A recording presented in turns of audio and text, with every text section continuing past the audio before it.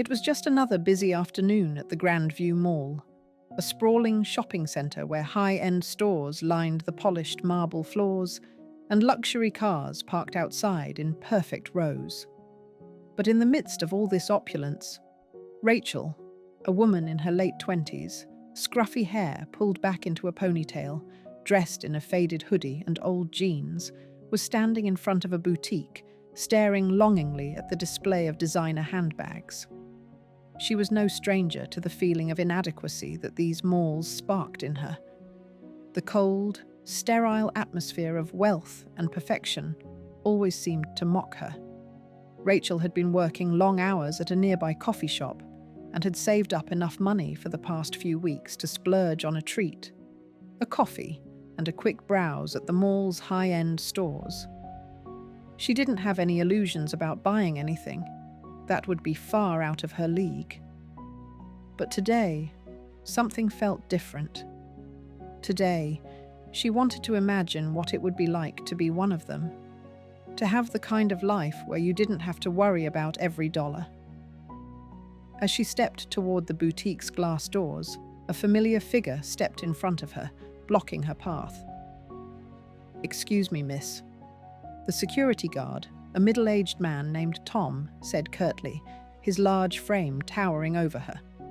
"I'm going to have to ask you to leave the premises." Rachel blinked, confused. "What? Why?" Tom's voice was sharp. "You can't hang around here like that. You're not dressed appropriately for the mall." Rachel's face flushed with embarrassment. She looked down at her worn sneakers, her old jeans, and the faded hoodie she had worn to work that morning. She had nothing fancy, nothing flashy. She didn't have the expensive outfits that the other shoppers wore.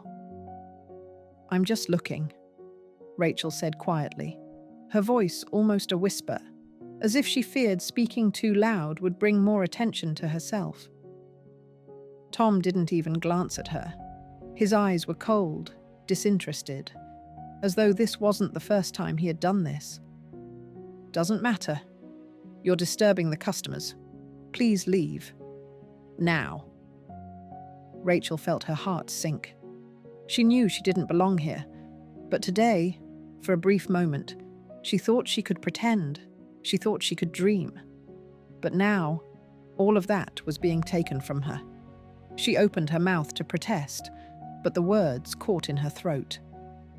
Seeing that Rachel wasn't moving fast enough, Tom grabbed her arm roughly, pulling her toward the exit. "Let go of me," she cried, yanking her arm away, but Tom was insistent. The small crowd of shoppers nearby watched as the scene unfolded, some shaking their heads with disapproval. Others looked on with mild interest, as if such things happened often in places like this. But Rachel had had enough.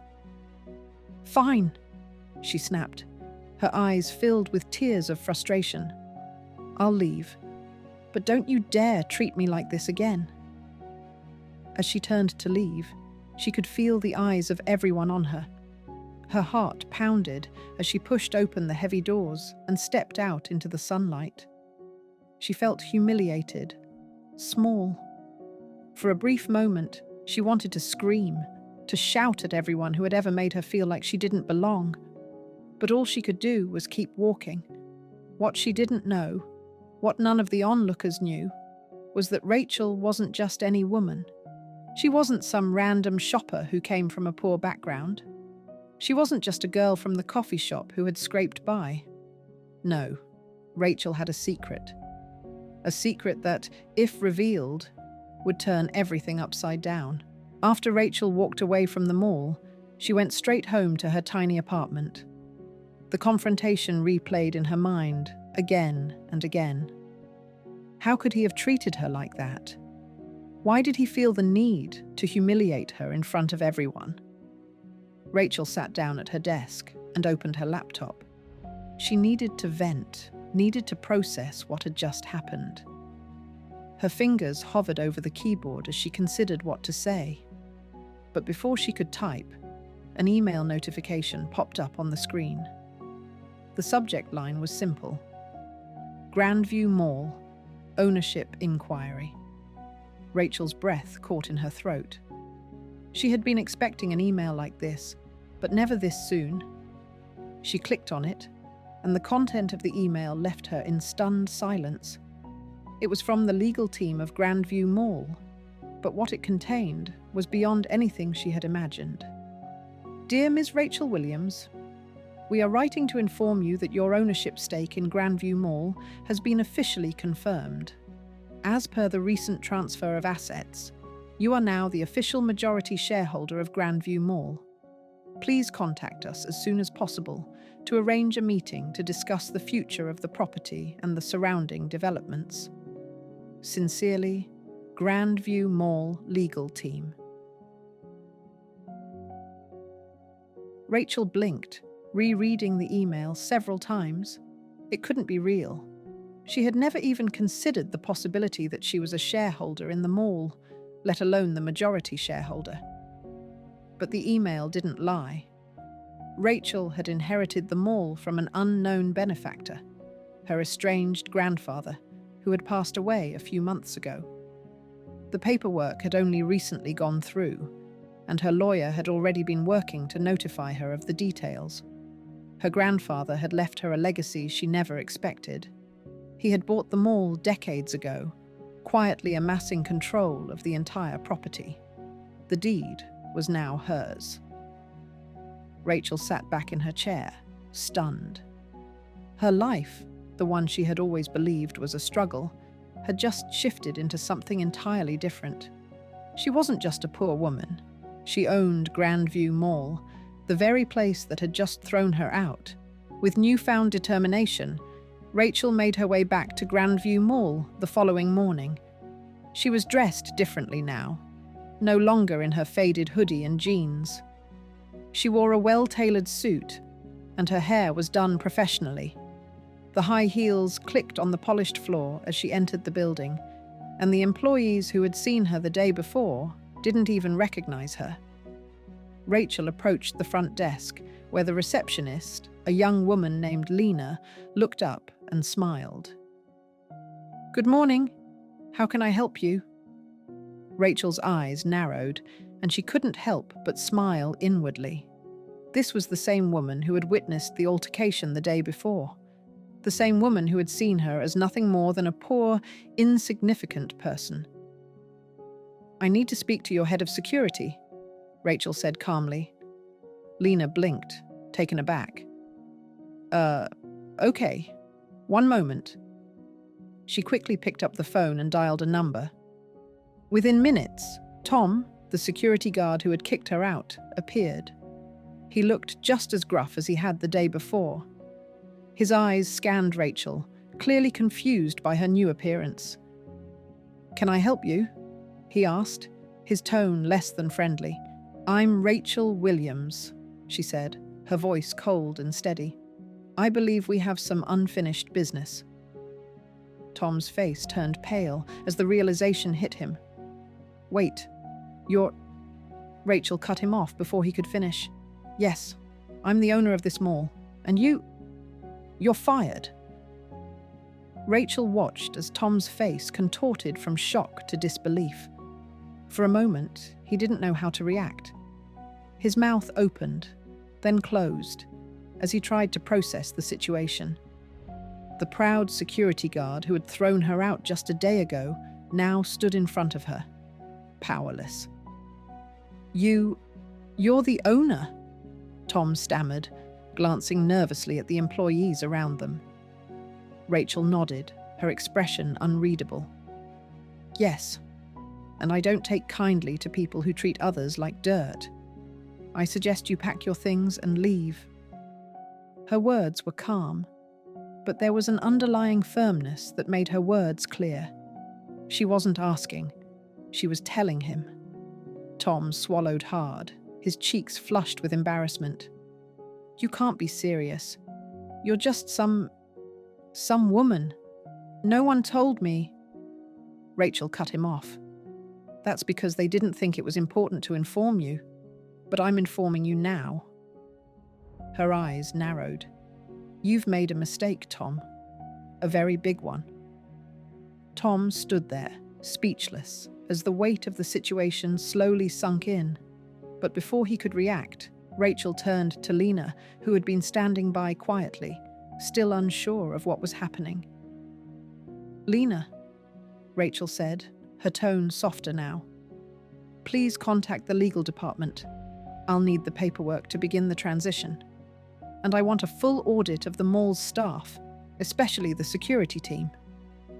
Lena nodded quickly, visibly rattled by the tension in the air. As she made the call, Rachel turned back to Tom. "You won't be causing any more trouble today," she said firmly. "Pack up and leave. I'll have someone escort you out." Tom, his pride shattered, made no attempt to argue. He turned on his heel and walked away, shoulders slumped, his mind racing with disbelief. He had just lost everything, a job he had held for over 10 years, because of a woman he had dismissed as insignificant. Rachel felt a strange satisfaction watching Tom walk away, but it wasn't just about getting revenge for the way he had treated her. No, this was about reclaiming her dignity. For too long, she had been invisible to the world, just another face in the crowd, someone everyone ignored or looked down upon. But not anymore. As she stood in the grand atrium of the mall, surveying the bustling scene around her, something inside her shifted. She wasn't just a woman looking to survive anymore. She was the one in control. For years, Rachel had struggled to make ends meet, working multiple jobs to pay rent, to get by. She had never known wealth or power. But now, with the ownership of one of the largest shopping centers in the city, she had everything she could ever need. Her thoughts were interrupted when Nathan, her lawyer, called. He was the one who had helped her handle the paperwork for the inheritance, but there were still some details to work out. "Rachel, I just spoke with the legal team. There's a lot to sort through. But your grandfather's will is crystal clear. You're the sole beneficiary of the mall. There are some stipulations about how things are handled, but I'll help you with that. Just be prepared to make some decisions soon." Rachel nodded, but her mind was already racing. She had inherited more than just a mall. She had inherited the power to reshape her future. And she wasn't going to let anyone, especially not Tom or anyone else who had underestimated her, stand in her way. The following weeks were a blur of meetings, paperwork, and changes. Rachel spent long hours going through the mall's financials, meeting with managers, and learning about the inner workings of the business. She was determined to understand everything, even the parts that seemed too complex or intimidating. After all, she had worked too hard for this moment to let anyone take it from her. She hired a new head of security, a no-nonsense woman named Olivia, who quickly gained the respect of the staff. Rachel made it clear that she expected respect from everyone who worked under her, regardless of their position. There would be no more discrimination, no more treating people based on their appearance or financial status. But as much as Rachel was eager to prove herself, she knew she couldn't do it alone. She reached out to some of the other business owners in the mall, seeking advice and establishing a rapport with them. Surprisingly, many of them were open to working with her. Rachel's natural charisma and keen understanding of what the mall needed helped her build relationships with the tenants and the staff. One day, as she walked through the food court, she noticed a familiar face. Tom, the former security guard, was sitting in a corner, eating his lunch. He had left the mall in disgrace, but it seemed that his pride hadn't fully healed. Rachel walked over to him, her heels clicking against the floor, her gaze steady. Tom looked up, his eyes widening when he saw her. He quickly stood up, ready to apologize or say something, anything, to make up for his earlier actions. "Rachel, I'm sorry," he stammered. "I was wrong. I shouldn't have treated you the way I did. I thought—" Rachel raised her hand to stop him. "It's too late for apologies, Tom. But I'm giving you one last chance. If you want to work here again, you'll have to prove you've changed. Tom swallowed nervously. I'll do anything. Just give me a chance. Rachel considered his words for a moment, then nodded. All right. You can start again in a new position. But this time, you'll show respect to everyone, no exceptions. It was a chance, a second chance. Rachel knew that everyone deserved the opportunity to change, even if they had made mistakes.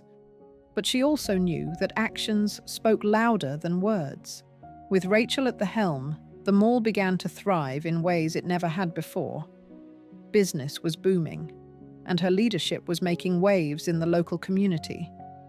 But not everyone was thrilled with her success. Some of the other mall owners, particularly those who had been used to the old regime, began to feel threatened by her presence. One day, Mark, one of the mall's most prominent investors, invited Rachel to lunch. He was a tall, imposing figure with sharp features and a knack for business. But Rachel could sense that he was trying to size her up, testing her. You're doing well, Rachel, Mark said, his tone smooth, but with an edge of skepticism. But there are a lot of people who think you're in over your head. The old ways worked just fine.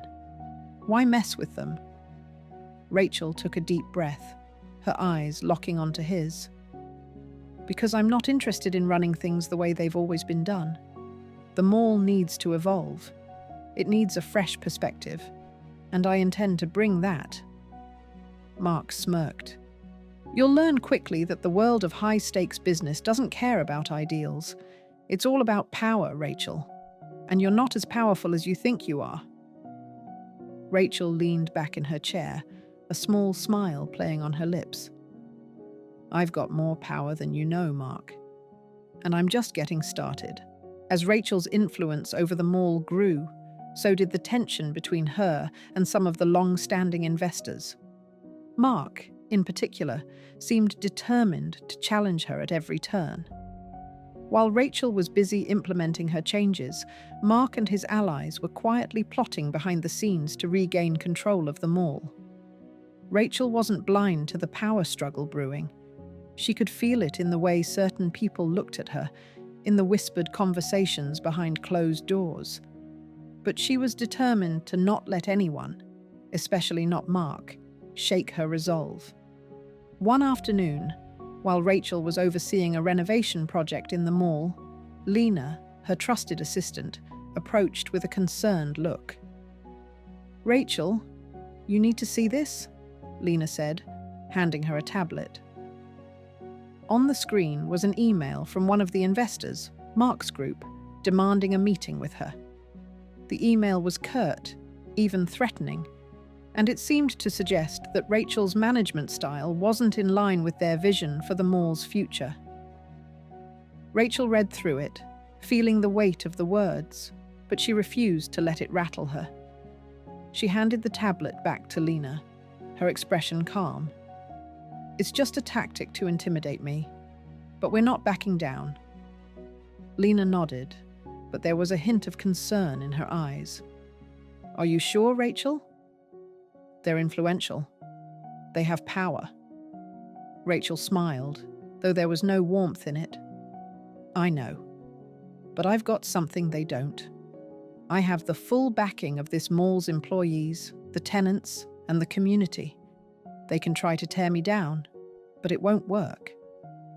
That evening, as Rachel sat in her office going over plans for the upcoming holiday season, her phone buzzed with a message.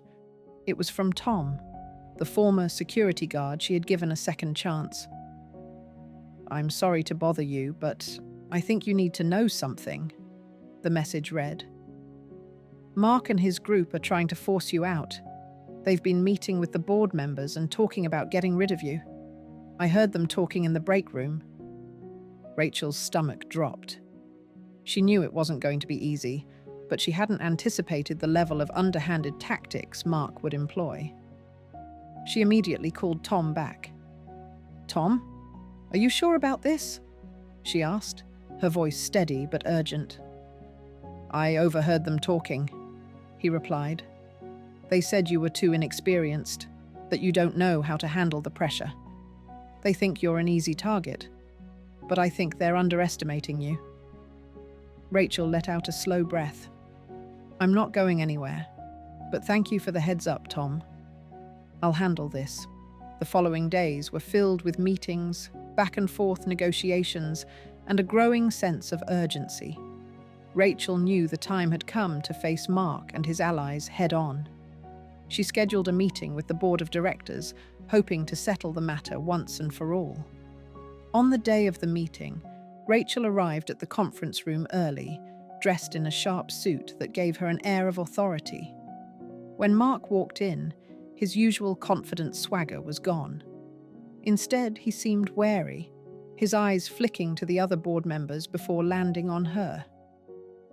"I'm glad we could all meet today," Rachel began, her voice calm and steady. "I've reviewed the proposals, and I understand the concerns some of you may have. But let me be clear, I'm not backing down from my vision for this mall. If we want it to thrive, we need to adapt and evolve. And that means embracing change." Mark sneered, unable to hide his disdain. "Change? You're talking about destroying everything this mall has stood for. You have no idea what you're doing, Rachel. You're out of your depth." Rachel held his gaze, unflinching. "I know exactly what I'm doing. And if you think I'm going to let a few old-school investors run me out, you're gravely mistaken." The room was tense, the air thick with anticipation. Several board members exchanged uncomfortable glances, unsure of which side to take. But Rachel wasn't interested in playing a passive role. This was her moment to prove she belonged in the driver's seat. She stood up, her voice rising in confidence. "I inherited this mall, but I'm not here by accident. I've worked hard for everything I've achieved, and I'm not going to let anyone, especially someone like you, Mark, dismiss my capabilities. You may think you have more power than me, but you're wrong. The power is in the people, the employees, the tenants, the shoppers.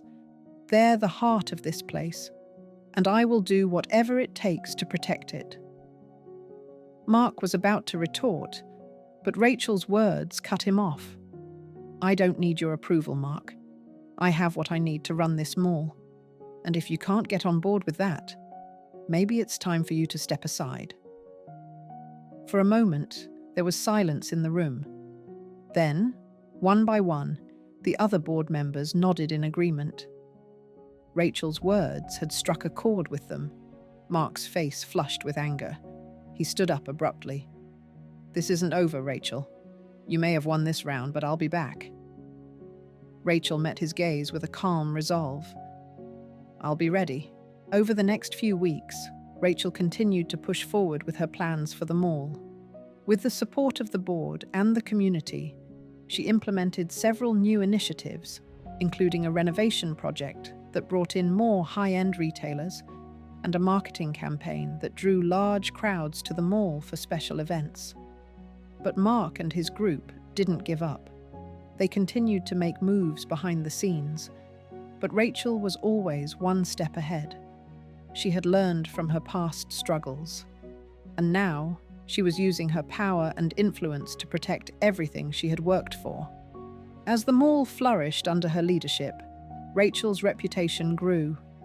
People in the business world began to take notice of the young woman who had overcome every obstacle to claim her place at the top. She had proven not only her worth, but also the value of her vision. One evening, as Rachel walked through the bustling mall, she couldn't help but smile. The lights were bright, the stores were full, and the sound of laughter filled the air. This was her creation, and it was thriving. The security guards, once the symbols of her oppression, now saluted her as she passed by. Tom, who had become one of her most trusted employees, gave her a nod of approval. The transformation was complete. Rachel had done it. She had turned the tide, built her empire, and gained the respect she deserved. And for the first time in her life, she knew that nothing, not Mark, not anyone, could take that away from her.